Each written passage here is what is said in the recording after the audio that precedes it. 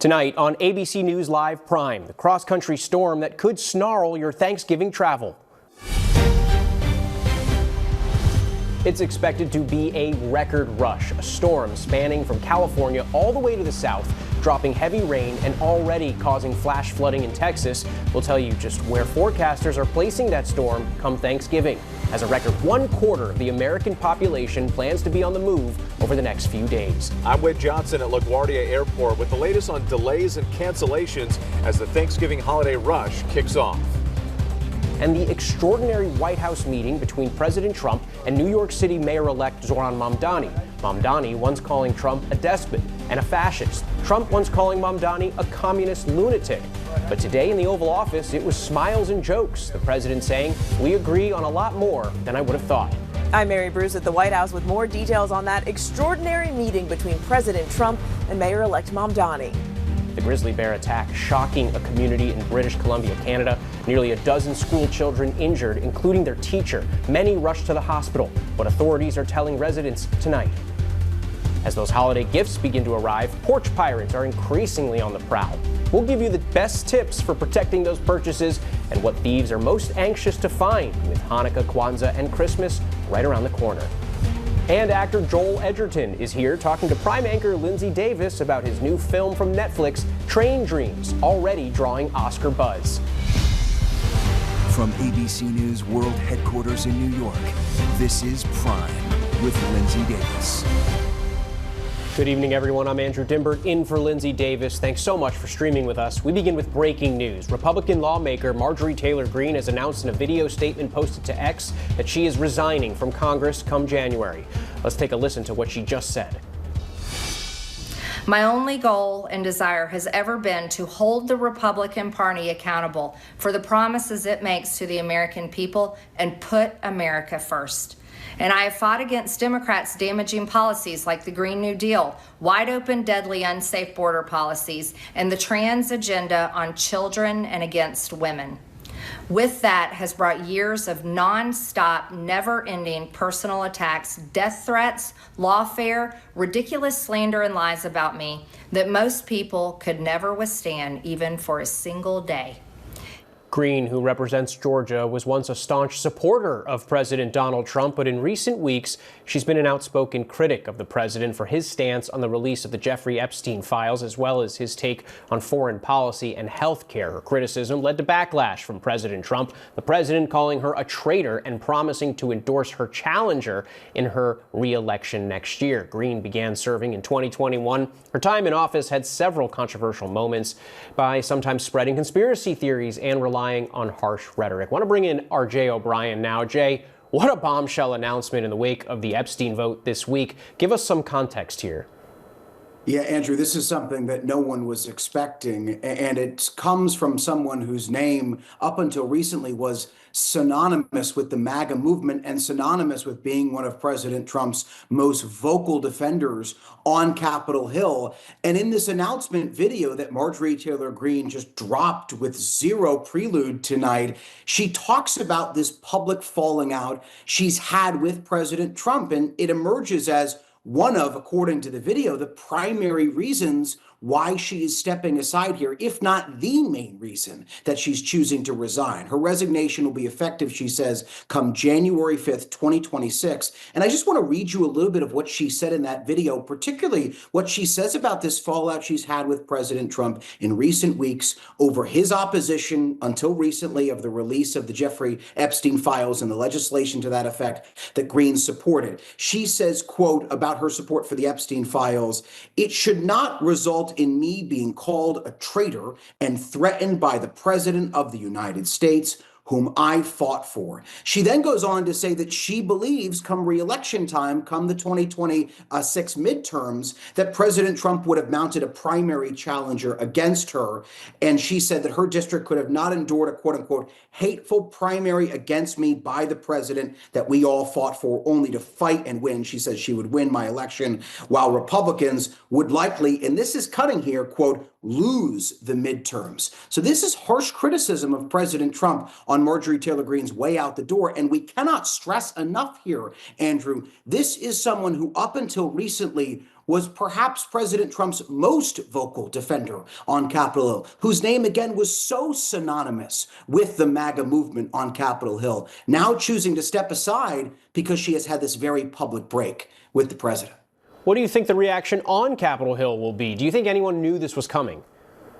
And in our reporting so far, Andrew, nobody saw this coming, at least in Republican leadership. So we reached out to the Speaker of the House's office, Speaker Mike Johnson, because sometimes when members resign, often typically when members resign, Republican leadership has an inkling that it's coming. And what we've learned tonight is that Republican leaders had no heads up on Capitol Hill that Greene was going to make this announcement. And it's likely going to set off two things. First, it's going to set off this minor competition for who will be framed as President Trump's most vocal defender now. There are a number of members who have made their careers about how publicly they defend President Trump. And up until recently, Marjorie Taylor Greene was one of them. So you'll see some members try to take her place on the Hill, certainly, but also it will set off this firestorm of questions in that this public break between Greene and Trump was only just a few weeks in the making. And so it is no doubt going to cause some questions amongst members of Congress that if you have a position that is contra to what the president of the United States believes,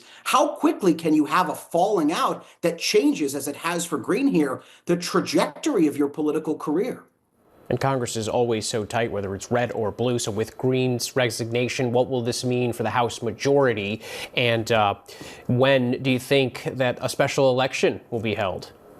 It only tightens the majority even closer for Speaker of the House Mike Johnson. Now, there are some additional special elections, not in Greene's state, that will come in the new year. And so that will help him increase his majority. But if Greene leaves until other seats are filled, that means Johnson only has a one-vote majority on major pieces of legislation. In terms of a special election, we've got to see how that plays out in the state of Georgia. But it's notable here, Andrew, because A, it decreases Speaker Johnson's majority, but also it comes at a very fraught time on Capitol Hill, where this Jeffrey Epstein issue and the shutdown that we just got out of, the record-breaking shutdown, the longest in American political history, has upended, in a way, President Trump's control over the Republican conference in both chambers. We have seen members as of late be willing to publicly break with President Trump, not to the degree that Marjorie Taylor Greene did, but we saw Republican members willing to break with Trump on the Epstein files and on issues like trade. So does this open the floodgates, or does it encourage more members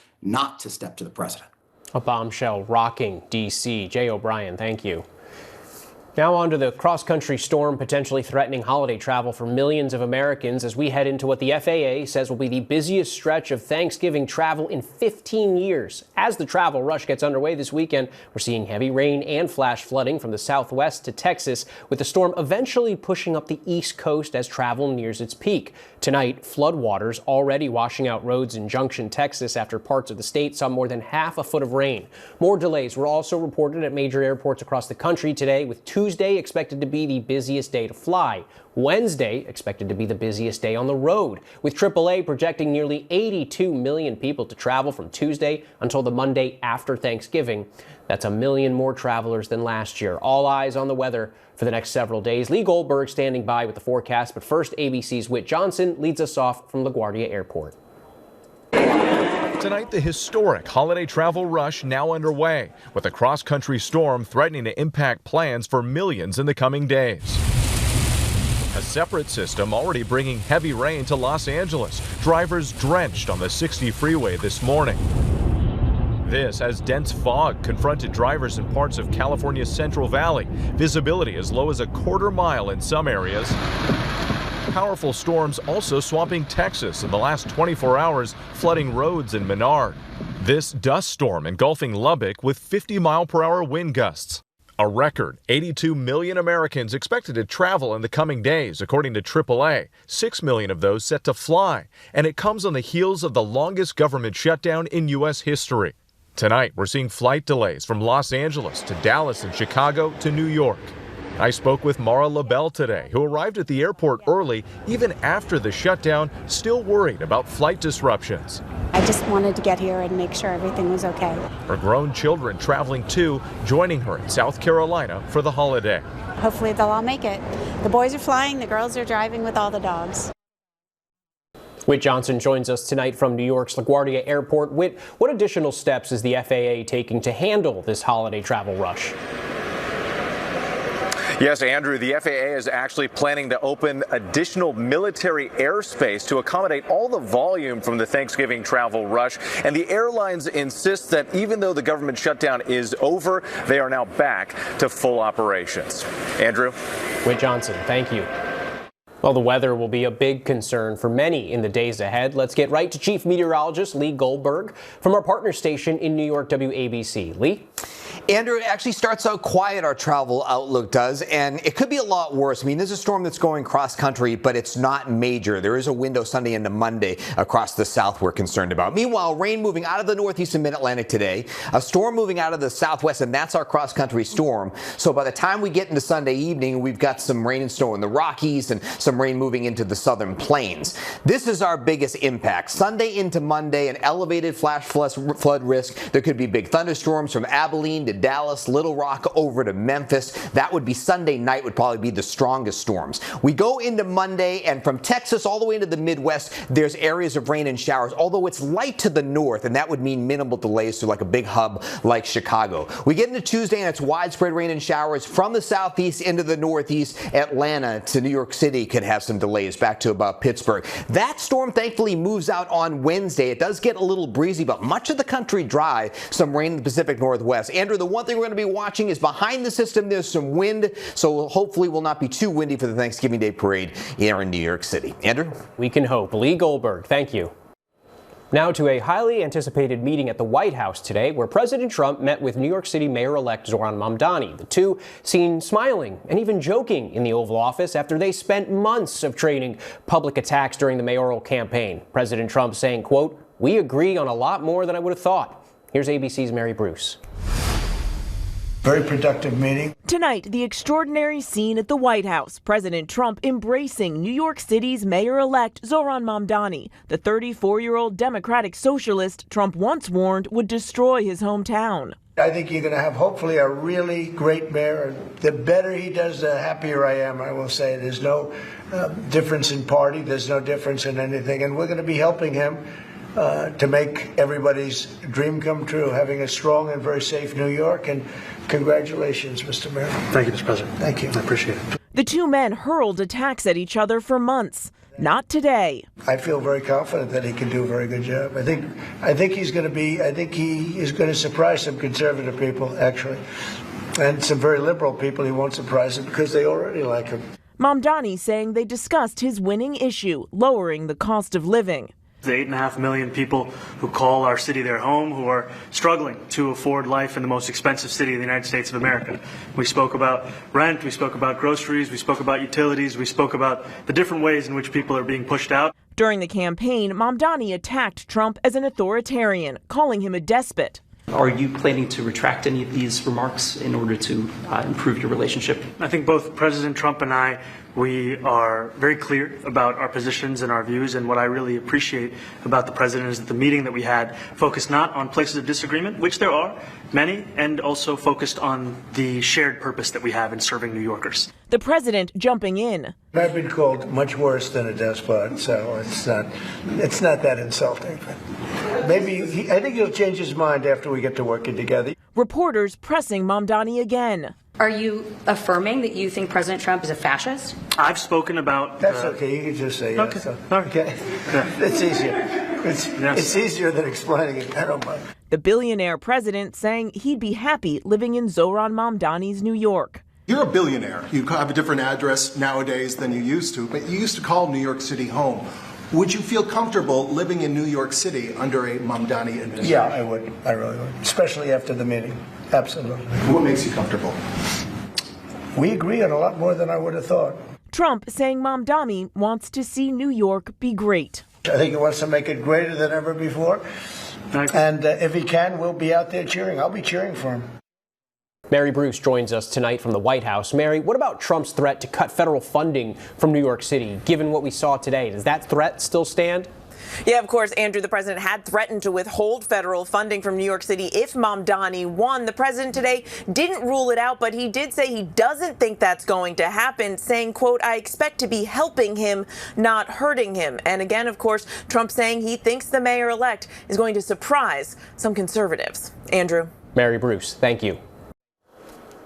In an update to a story we reported on yesterday, Health Secretary Robert F. Kennedy Jr. has personally instructed the CDC to change its autism and vaccines webpage. The webpage on autism and vaccines had long-standing language that previously said the two show no link. The page now says the claim vaccines do not cause autism is not an evidence-based claim because studies have not ruled out the possibility that infant vaccines cause autism. Doctors, vaccine experts, and major medical groups are slamming the change, calling it dangerous misinformation that contradicts more than 40 studies and risks undermining public trust in routine childhood immunizations. Tonight, the war in Ukraine at a crossroads. President Trump has given President Zelensky a Thanksgiving ultimatum: accept the U.S. peace proposal by next Thursday to end the war with Russia or risk losing the U.S. as a key partner. We'll talk to former U.S. Ambassador to Ukraine, Stephen Pfeiffer, about the possible implications of accepting this deal. But first, here's Chief Global Affairs Correspondent Martha Raddatz. Tonight, an ultimatum. Nearly 4 years into this bloody war, relentless Russian missiles blasting apartment buildings and power grids, seen in video circulating online. President Trump now telling Ukraine, accept a new peace plan by Thanksgiving Day or risk losing U.S. support. We have a way of getting peace, or we think we have a way of getting peace. He's going to have to approve it. The president's 28-point proposal would give Russia much of what it has been demanding and would require Ukraine to make significant concessions, including forcing Kyiv to give up additional territory in the east, giving the Russians control of nearly 1/5 of Ukraine. The deal would also limit the size of Ukraine's military to 600,000, force the nation to agree that it will never join NATO, and bar NATO troops from providing security inside Ukraine after the war. But the plan does provide a military-backed security guarantee for Ukraine. Tonight, in a solemn address, President Zelensky saying Ukraine is facing one of the most difficult moments in its history, choosing either the loss of dignity, he said, or the risk of losing a key partner. Late today, President Trump pressed about Zelensky's reaction to the deal. He'll have to like it, and if he doesn't like it, then, they should just keep fighting, I guess. Martha Raddatz joins us now. Martha, what are Zelensky's concerns? Well, Andrew, this is a real gut punch for Zelensky, and while he says accepting this plan would mean his nation giving up its dignity along with territory, late today, Vladimir Putin praised the U.S. proposal, saying it could be the basis for peace in Ukraine. Andrew? Martha Raddatz, thank you. Let's bring in former U.S. Ambassador to Ukraine under President Clinton, Stephen Pfeiffer. Ambassador, thanks for being on with us tonight. Ukraine now has a very big decision to make in just a matter of days. Do you think Ukraine should make these significant concessions in order to see an end to the bloodshed? The plan that has now been described in the press that was developed by Stephen Witkoff on the American side and his Russian operative number is a very difficult plan for Ukraine. It massively favors pro-Russian positions. I do not believe that President Zelensky could sell it either to his public or particularly to the Ukrainian military that has been fighting in the field now for almost 4 years against this Russian invasion. Now, at the same time, I don't think President Zelensky wants to say no to President Trump. He'll try to come back and see if he can reshape the plan, but it's going to require a lot of hard work to make this acceptable in Kyiv. Especially with that hard deadline there. We just heard in Martha's piece, President Zelensky said it's either lose dignity or risk losing the U.S. as a key partner. Which is the lesser of two evils, would you say? My guess at the end of the day, if this is the only option that Washington is prepared to offer to the Ukrainians will say, thank you, we will continue on our own with support for the Europeans. Because it requires that not only Ukraine give up territory, the security guarantees are at best ambiguous, and it requires that Ukraine accept things that go completely against its red lines. For example, limits on the size of the Ukrainian military, when there are no limits on Russia's military, it requires that there be recognition of those occupied territories as Russian, which crosses a red line, and it limits Ukraine's ability as a sovereign and independent state to choose which countries it deals with and which institutions it partnerships with. So it crosses all these red lines. Again, I think there'll be an effort by the Ukrainians to try to improve on the document and perhaps move it towards something that's more acceptable. But if this, in fact, is a take it or leave it deal, I believe the Ukrainians will leave it. So you touched on it a bit there. The 28-point plan gives Russia essentially almost all of what it has demanded. If Ukraine were to accept, what kind of message might that send to other European countries? Well, I think you've seen now discussions that have taken place among key European leaders, the Germans, the French, the Poles, and the British.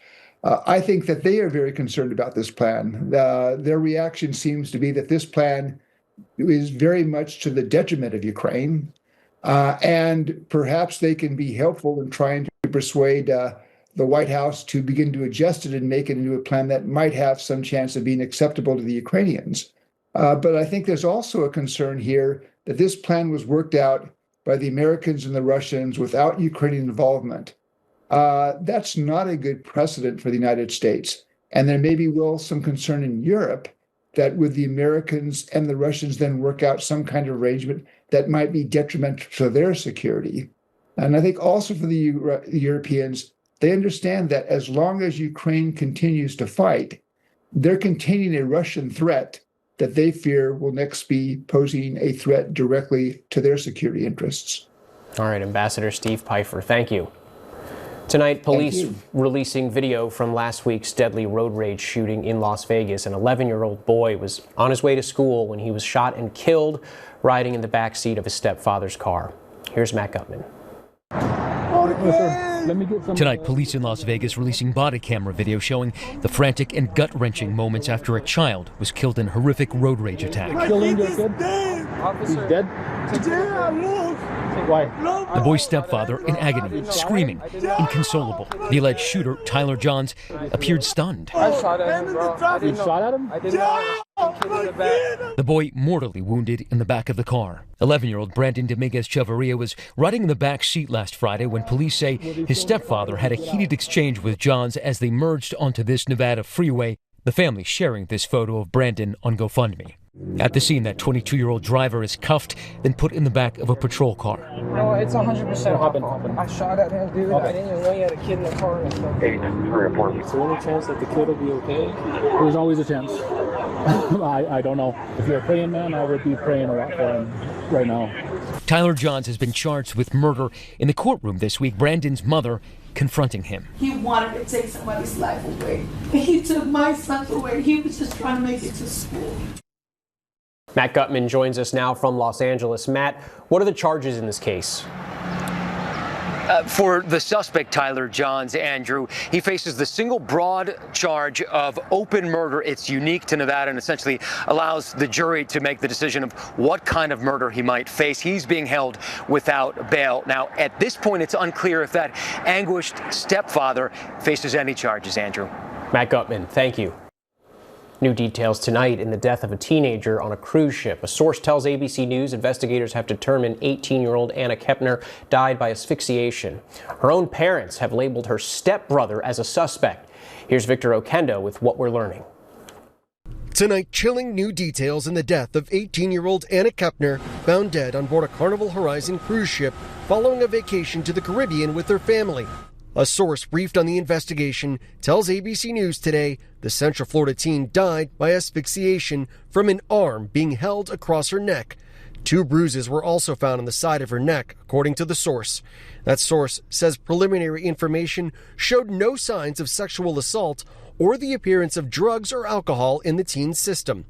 Tragic video overnight showing authorities removing Kepner's body from the ship earlier this month after it redocked at the port of Miami. A different source says Kepner was found under a bed in her cabin, wrapped in a blanket and covered in life vests.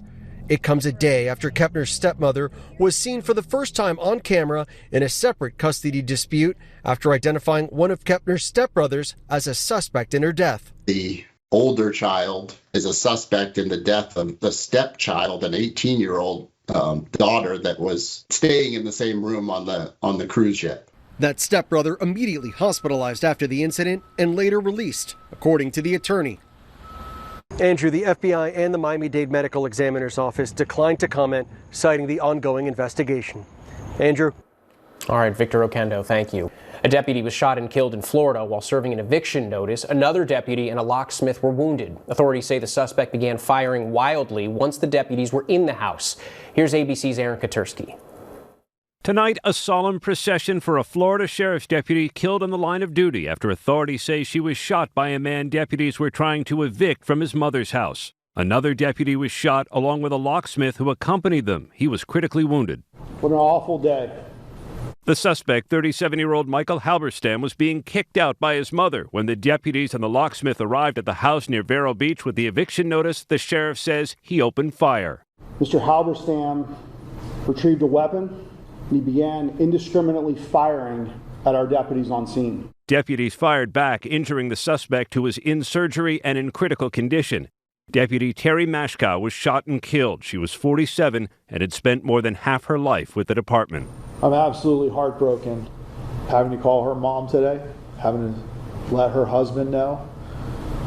Absolutely the worst part of being a law enforcement leader. The sheriff says the suspect had recently been fired from his job, Andrew. His mother had called 7 times this month about removing him. The deputy was killed doing a routine job, serving an eviction notice. Andrew? Aaron Katersky, thank you. A grizzly bear attacked a group of school children and teachers during a school trip in British Columbia, injuring 11, including 3 children. Officials say students and teachers stopped along a riverside trail when the bear emerged from the forest and attacked. Several teachers fought it off using bear spray. At least 4 people were hospitalized. The aggressive bear has still not been found, and residents are being urged to stay indoors. Still ahead, how a beloved hairstylist vanished without a trace and how the search for the missing mom uncovered a chilling trail of deception. Don't miss a sneak peek at tonight's 2020 True Crime episode. But first, it's that time of year again when Porch Pirates return to swipe those holiday packages. We'll break down the numbers and give you pointers on how to keep it from happening to you. Plus, a judge in an Elvis wig presiding over court, how his antics have gotten him kicked off the bench.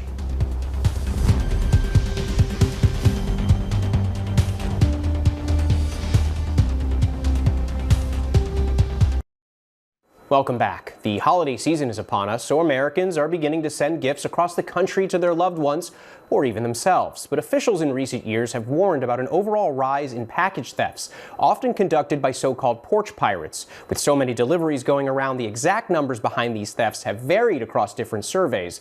But a report from the U.S. Postal Service's Office of the Inspector General this year analyzed some of these surveys and found just how big and costly the issue has become. We'll have more from CNET's Joe Supan about how to protect yourself from porch piracy, but first, let's look at the issue by the numbers. At least 58 million packages were estimated to have been stolen in 2024, according to that USPS Office of Inspector General analysis. The office says surveys have indicated that up to 25% of Americans have been affected by package thefts, with estimates of the total annual losses ranging from $5.2 billion to as high as $16 billion. The report also says estimates of the average costs of the stolen packages range from $50 to $204. The office says some states have been trying to crack down on these thefts, with 10 states passing laws to increase the penalties for package theft to a felony since 2019. On that last point, we should note that stealing any mail or packages from the USPS is already a federal crime, and legislation has been introduced in Congress on multiple occasions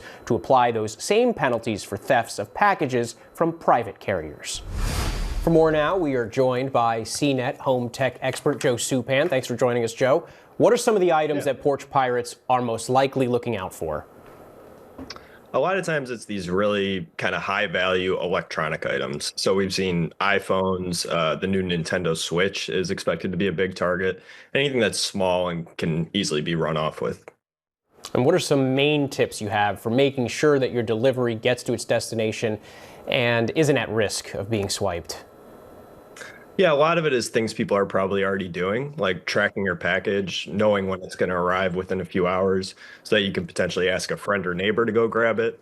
Using a video doorbell has been proven to be a pretty effective deterrent, or having it shipped to a store instead of your house. You mentioned the doorbell there. I'm just curious, what are some other monitoring products you would recommend that can help you either catch these thieves in the act or at least see who they were? Yeah, home security systems are really great. Outdoor cameras, video doorbells are really popular these days and often come with like motion detection or two-way communication. So you can actually try to scare someone off if you do see them stealing your package. All right, hypothetical here. Let's just say that you find yourself in a situation where you actually do spot someone taking a package of yours, either while you're at home or you see it on one of those cameras. What should you do then? Just say, stop, put it down. I'm willing to call the police. I see you. I think anything like that would be a good way to go. Are there any delivery carriers or even major retailers that are offering assistance if something like this happens with one of their deliveries, or are they doing anything to even prevent it? Yeah, different retailers have different policies on it, but a lot of times you can get a replacement shipment if your package is stolen. It just might take a few weeks. So with the holiday season, you might want to add that little buffer in. All right, Joe Supan, thank you for that advice. Coming up, how the search for a missing Florida mom led to a shocking discovery about her alleged killer, and why a Grammy-winning rapper was sentenced to prison time for his contributions to a presidential campaign.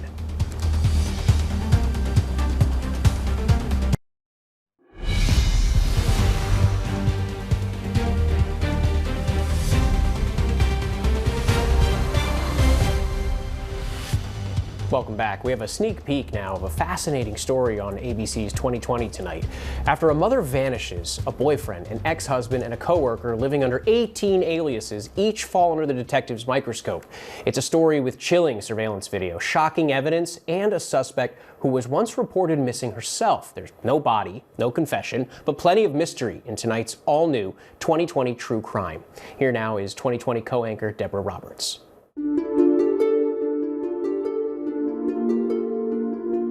Well, it was her birthday and it was Mother's Day. And I wanted her to be reminded that she was my special blessing on a Mother's Day, a gift that no other could compete. And I texted her that Saturday and, hey, did you get the angel? And that was the last text.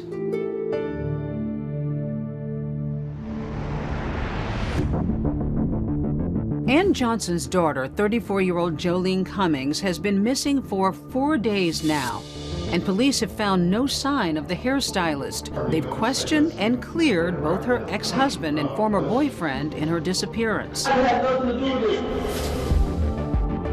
Crime scene detectives went to Tango Salon to look a little closer. You could see that there had been a struggle and smears of blood all over the salon. Now we know there must have been a big fight in that salon. You always want to know, in a missing persons case, the last person to see the victim, and that was a coworker by the name of Jennifer Seibert.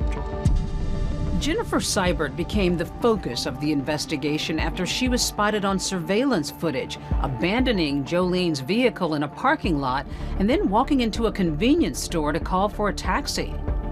Detectives managed to track her down and arrest her. The charge you were arrested on is a grand theft auto charge. You knew that, correct? Yes. You're not charged with anything else, okay? But something happened to Jolene. Right out of the gate, Jennifer Seibert sits down in this interrogation room and she drops this mind twister on detectives. She tells them that her name isn't actually Jennifer Seibert. My fingerprints, they come up as Kimberly Lee Kessler, so I would prefer to be called Kim. The last time I got picked up was back in 1999 and I bonded out. So you've actually kind of got you've got a history under that name? I'm ready to go back to being myself. Kimberly Lee Kessler. It's kind of a silly middle name, isn't it? It's like my mom stuttered. So right now we're taking in who is Kimberly Kessler at this point. I'm 50 years old. My looks are deceiving. You have children? I do. I have a son. That's what got me. Brendan in 1999, Child Protective Services snatched him while I was at work from the babysitter, and that really sent me over the edge. Then there's this next shocking moment where she tells detectives that she dated someone who was wanted by the FBI. He robbed banks. I was working as a topless dancer, and he was with me whenever he called somebody and they said, the FBI is looking for you. And he's like, oh my God. And then he tells me everything. Oh, I robbed these banks. I'm like, what? And I hid him in my apartment, and that was like kind of almost the beginning. She loved to brag about her past, and she was very proud of that. She had been running for the past 20, 25 years and didn't want to be found. It's a bombshell, but is it true? Are you okay if I ask my crime analyst to run the name? Do it, please. You'll see my mug. I'll look a lot younger than. And thinner, too. I won't be 200 pounds. Well, it's unusual when someone that is a person of interest is just joking around, acting like nothing's wrong, nothing's going on. And during the interview, I kind of wanted to let her talk as much as she wanted to, but at some point in time, I knew I had to ask her about Jolene. Did you guys ever hang out after work? Did you ever go anywhere together? Did she ever allow to use your car? No. Her demeanor changed. She became evasive. You accused me the other night of, you're like, where's Jolene at? So, and I do not know where she is. I think you know where Jolene is. We're going to find out what happened. You can help me do that. No, I cannot. Whatever fury may come. So let me reply it this way, and you may not like the answer. I would like legal counsel. With Jennifer Seibert now refusing to talk, it's up to investigators to determine fact from fiction. Who is she really? I mean, she's saying that she's Kimberly Kessler, but how do we know what the truth is? I mean, she's obviously very complex. When they researched her background, they found out she was actually someone who had been reported as a missing person decades before, in 2004, by her own mother in Butler, Pennsylvania. So detectives call Connie Kessler, who they believe to be Kimberly's mother, hoping to learn more. We do have someone that is claiming to be Kimberly Kessler, and that is your daughter, is that correct? Yeah. Okay. The last time I heard from her was in 2004, and it was on an answering machine. She'd been having trouble with her boss, and then there was no way to get back in touch with her, so all I could do is wait. Detectives are quickly discovering that the woman they have in custody, claiming to be Kimberly Kessler, has used a host of different aliases over the years, seemingly random names. But Connie Kessler adds yet another twist to this increasingly strange story, explaining how her daughter had allegedly picked one of those names. She went to visit her dad at a cemetery. She picked a name off from a little girl that died near her father. Do you know the name she picked? Yeah, it was Pamela Jean Cleaver. She could be anybody. So we conducted a DNA test. The FBI actually took a DNA out of Kimberly Kessler's mother's home, and it came back that it was a match, that she was Kimberly Kessler. Well, if that's the case, then who exactly is Jennifer Seibert? And once again, Detective Rose discovers there was an absolutely chilling answer to that question. Found a little girl named Jennifer Seibert who was 13 years old, who had been killed in a car accident in Germany. However, she was buried in Butler, Pennsylvania. And then NCIS confirmed the social security number of Jennifer Seibert. And that's when we realized she had stolen the dead child's information and created a false identity. The night when I told her you're under arrest for grand theft auto, she almost smiled as if to say, is that all? You can watch the full 2020 episode of The Final Cut with 2020 co-anchor Deborah Roberts tonight on ABC at 9/8 Central, then streaming tomorrow on Disney Plus and Hulu. Coming up, the turnaround victory at Miss Universe after the contestant at the center of a bullying controversy wins the crown. Plus, a courtroom judge refuses to get all shook up about stepping away from the bench, all because of his love for Elvis.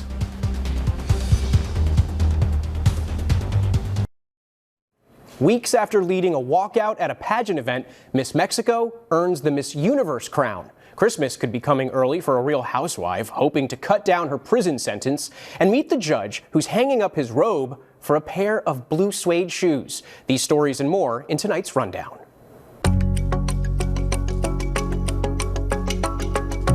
Grammy-winning rapper Pras Michel of the Fugees was sentenced to 14 years in prison for a case in which he was convicted of illegally funneling millions of dollars in foreign contributions to former President Barack Obama's 2012 re-election campaign.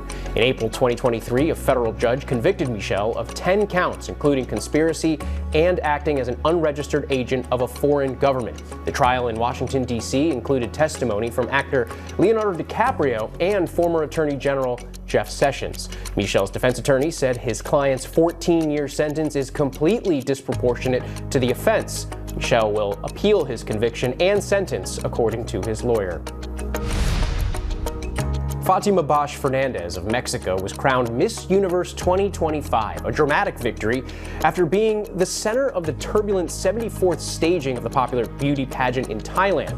The 25-year-old stood up to public bullying from one of the hosts, leading a walkout with the other contestants. Miss Thailand was first runner-up, and Miss Venezuela placed third.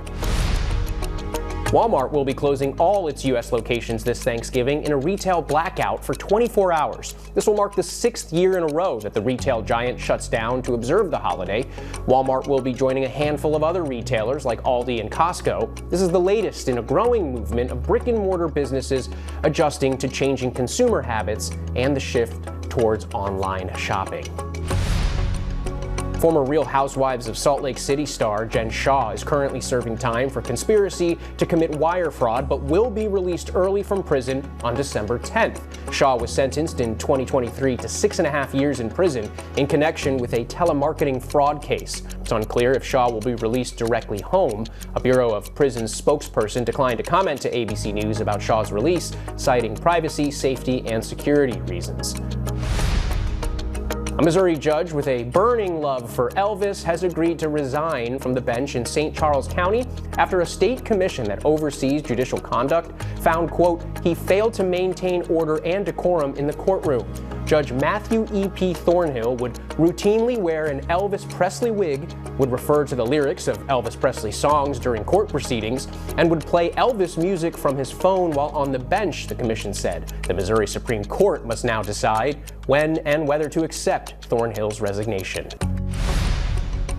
'Twas the month before Christmas and stomachs were growling. McDonald's put the Grinch on the grill for Happy Meal prowling. That's right, McDonald's has announced the new Grinch Meal, an adult-sized Happy Meal with everyone's favorite Grouch. The meal will be available on December 2nd and will include dill pickle Grinch salt McShaker fries and a present from the Grinch himself. It's being hailed as one of the best movies of the year, even a possible Oscars contender. Train Dreams starts streaming on Netflix today. Prime anchor Linsey Davis spoke with the star of the film, Joel Edgerton. Take a look. Train Dreams is a story that began on the page, a short novel by author and Pulitzer Prize finalist Dennis Johnson that unfolds amid the raw beauty of the Pacific Northwest and relentless change of early 20th century industrial America. Now the folktale is coming alive on screen, showcasing stillness, sorrow, and the enduring power of solitude. Let's take a look. This is rough work, gentlemen. Not just on the body. We just cut down trees that have been here for 500 years.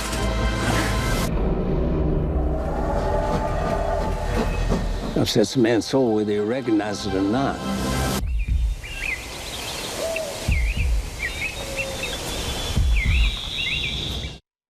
That was Joel Edgerton portraying Robert Grenier, a humble logger and railroad worker. Joel, thanks so much for joining us. Thank you. Thanks for having me. So we got a little bit of a taste there where you hear just the birds and you see the trees. There's a lot of stillness, a lot of silence. What was the most challenging part for you in conveying that isolation? Well, you know, it's beautiful being out in the forest, but I guess the challenge was we're telling the story of an entire life of one man spanning decades, and not just the breadth of life, the beautiful nature of falling in love, and the joys of life, and also some of the sadnesses of it.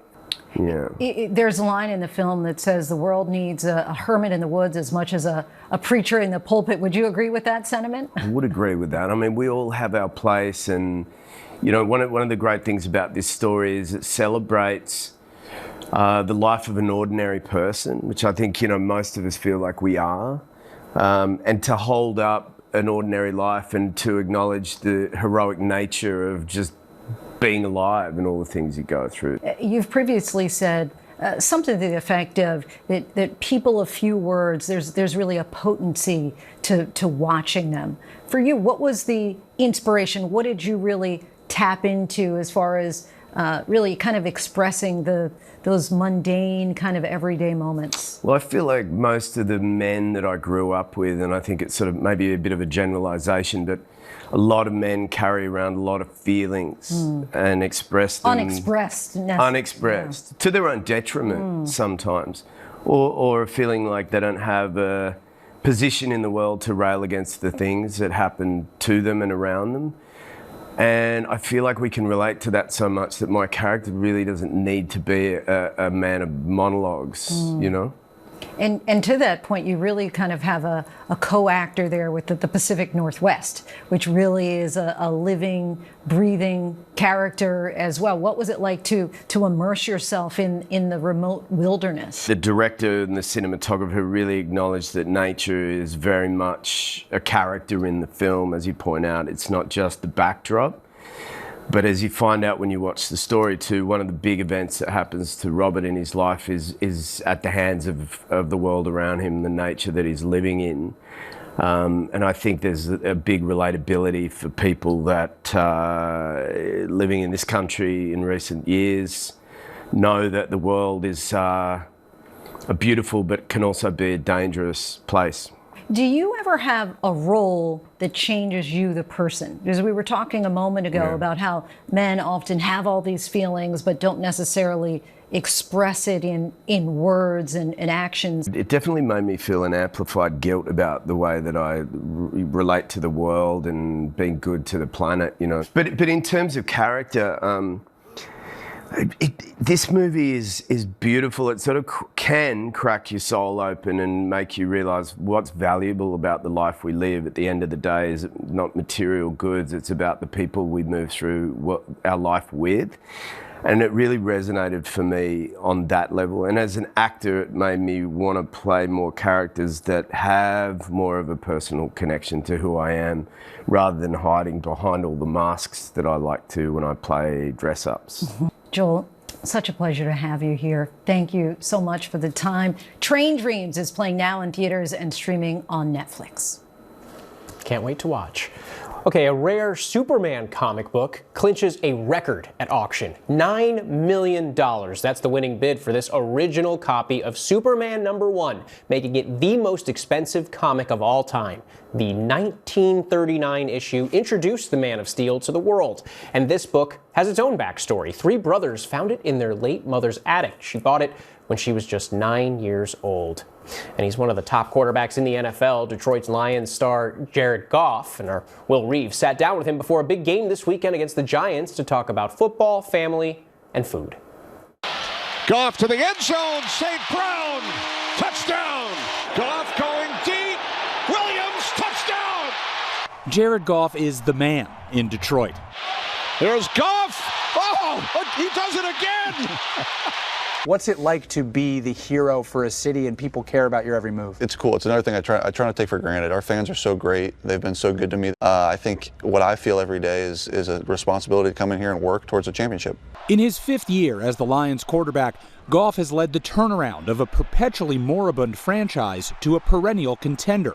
What sort of pressure do you put on yourself to succeed? Now you're all expected to have Super Bowl aspirations, which was not a thing here for decades. It really, truly, honestly is such a privilege to be able to be the quarterback of a team like this. The opportunity here to win a Super Bowl and bring that to this city for these fans is one that I pinch myself every day and try to take as much advantage of it as I can. 3-5, Goff's going to throw, and it's caught by St. Brown! 2 seasons ago, Goff led the Lions to their first playoff win since 1991. before losing in the NFC Championship game. Last year, Detroit had the best record in the NFC. This season has been more of a struggle. If the season were to end today, the Lions would not be in the playoff. Yeah, well, it's a good thing it doesn't end today. So we've got some time to get it right. And it starts this week with the Giants. We need to find a way to get this win and then see you all on Thanksgiving after that for hopefully another one. The Lions host a game every Thanksgiving, a tradition Goff couldn't wait to be a part of when he got to town. I'm like, holy smokes, I get to do that every year. And that's kind of when you're like, oh, this is going to be great, be a part of this tradition and be able to soak it in every year. And this year, while they're playing, the Lions are also giving back. The Lions are partnering with Feeding America. The goal is 5 million meals. It's a big goal, but the food insecurity thing's been something that's been close to my heart, certainly here in Detroit, and something that I'm really happy that the Lions are partnering with Feeding America to make happen. There will be an extra seat at the Goff's Thanksgiving table this year. There she is, little peanut. You recently became a father. Congratulations. Thank you. What are you good at, and what do you need to improve at in that realm? I'm really good at making her laugh. I can do that. Dad's quite the comedian. I'm not great at diapers, and I always tell my wife, "Say you're so good at that. You should just you should keep doing it." Before Thanksgiving with his family and baby daughter, Goff is focused on this weekend's opponent. You are playing the Giants this weekend. Any words for our guy Michael Strahan? No, man, it'll be fun. I know he'll be rooting for the other team. That's all good, and we'll see what happens. Oh man, I was hoping you'd give him a little smack talk. Yeah, I don't want him mad at me. I'm good with that. That's our show for this hour. I'm Andrew Dimbert. Stay tuned to ABC News Live for more context and analysis of the day's top stories. Thanks for streaming with us.